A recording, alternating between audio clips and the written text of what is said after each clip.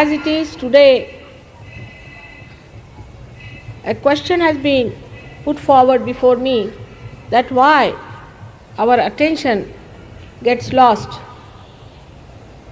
In the modern times, why our attention is not towards God. And that in modern times, why a human being has gone down in his quality of humanity. These questions point out to one single fact, that our attention has been challenged by modern times. कृपा करून कुणी उठून जाऊ नका. जरी मराठीत नाही बोलले तरी हे सगळे मंत्र आहेत. हात माझ्याकडे करून बसा तर सगळ्यांना समजेल.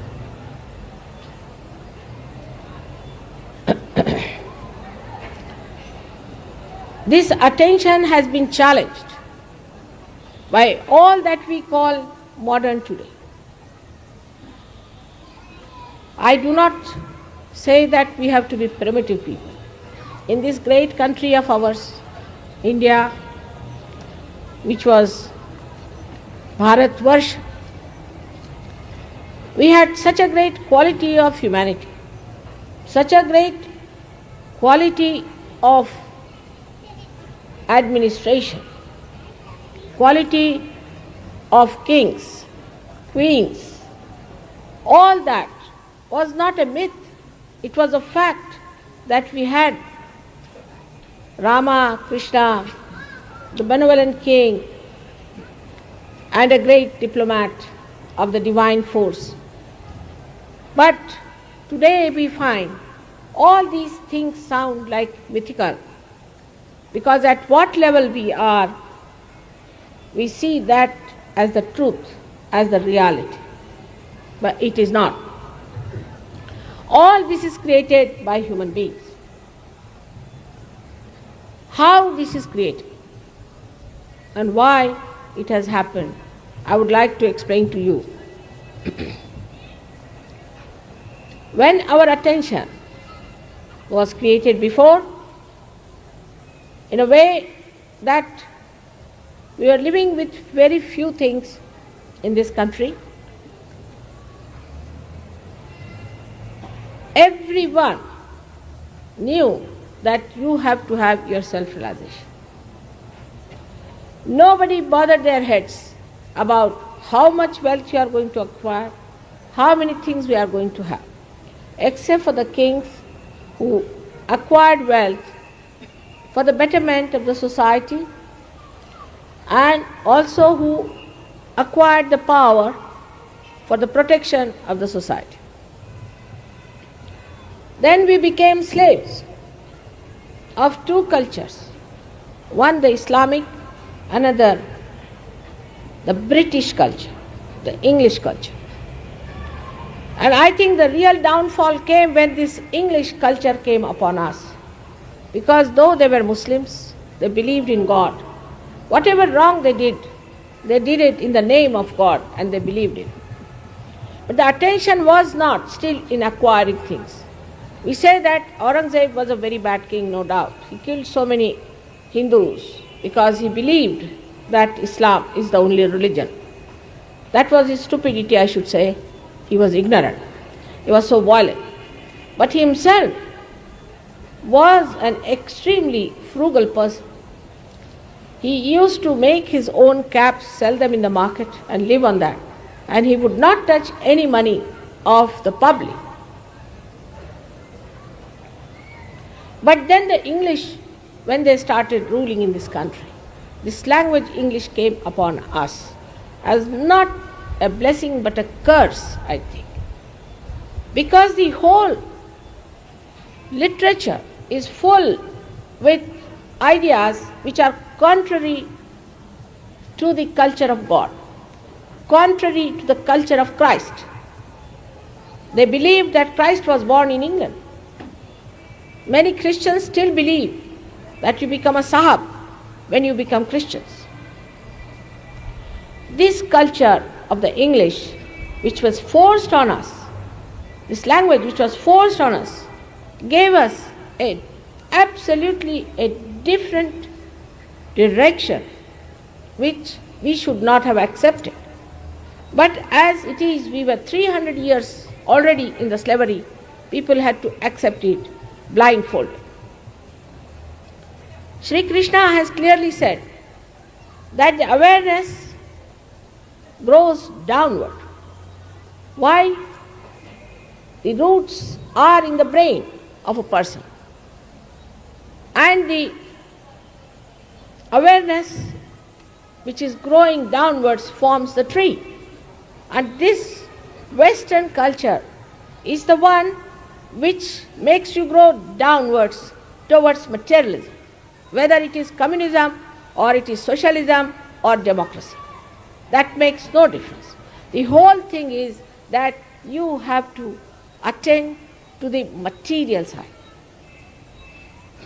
So the first object of the Western culture or the Western science was first to capture the matter, the 5 elements, in such a way that it can be used for the comfort of human beings, for the physical comfort of human beings. But as the culture is just to move forward without any control over yourself, like a kite flying in the air without having any control of a finger on it, the whole thing drifted into various directions and various fields where it got lost.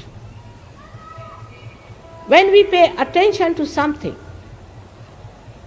if the attention is pure, it will purify the matter and will come back to us as a pure attention. But when the attention is filled with these ideas that you have to use all the matter for your comfort, then it gets lost in the matter. It gets involved in the matter. It gets spoiled in the matter. And then what comes back to us is the thought how to possess it. To possess the matter, to use the matter, to sit on top of the matter was the first mistake. Matter is your slave in any case. In any case, it is your slave. And this you would have got it without paying so much attention to it. To think that science was discovered by scientists is egotistical. It's only your ego says that. You cannot discover anything unless and until the God's grace is upon you. It's the God's grace that brings forth the exposition of His powers. Even a person like Einstein had said that. Even the person like Newton has said that. Einstein has clearly said that I was fed up and I was tired. I couldn't find the theory of relativity. I was just resting in my garden playing with soap bubbles, and from somewhere unknown the theory of relativity dawned upon me. But we Indians, living 300 years in that slavish mentality, accepted it blindfolded without knowing how much knowledge and science we have. We had aeroplanes in our country, we had piloted bombs in our country, we had all kinds of things in our country. But why did we accept this without going into the roots to find out how did we have these things? We started doubting all that was the past in India, and we would not go into the past of it, but we started moving downward with this Western culture. And that's the downfall of our country. That has brought all this nonsense here. When money becomes everything, the money orientation, the economics of it. This was the country of philosophers, of the seers, of the saints, where now today economics is dominating without understanding that you cannot put this Western economics in this country at all. We cannot work it out. This is a country of generosity. People love to serve you. People love to do, even today, they like to do something for you. Go to a village, even if they may not have anything with them, they'll bring some milk, make you sit there, please have some milk. You have come from foreign countries, please have. But in the Western countries, you may give them any amount of things. They won't even return one present to you. Shamelessly they'll take everything thinking that they are the ones who should have it. They have no subtleties. They have no subtleties to understand generosity. They cannot. They think we do it because we are slavish people. Even I was surprised when some villagers told me that even the animals coming from the West are stupid. I said, how? He said, now take a hen from India and take a leghorn or roots from Western countries.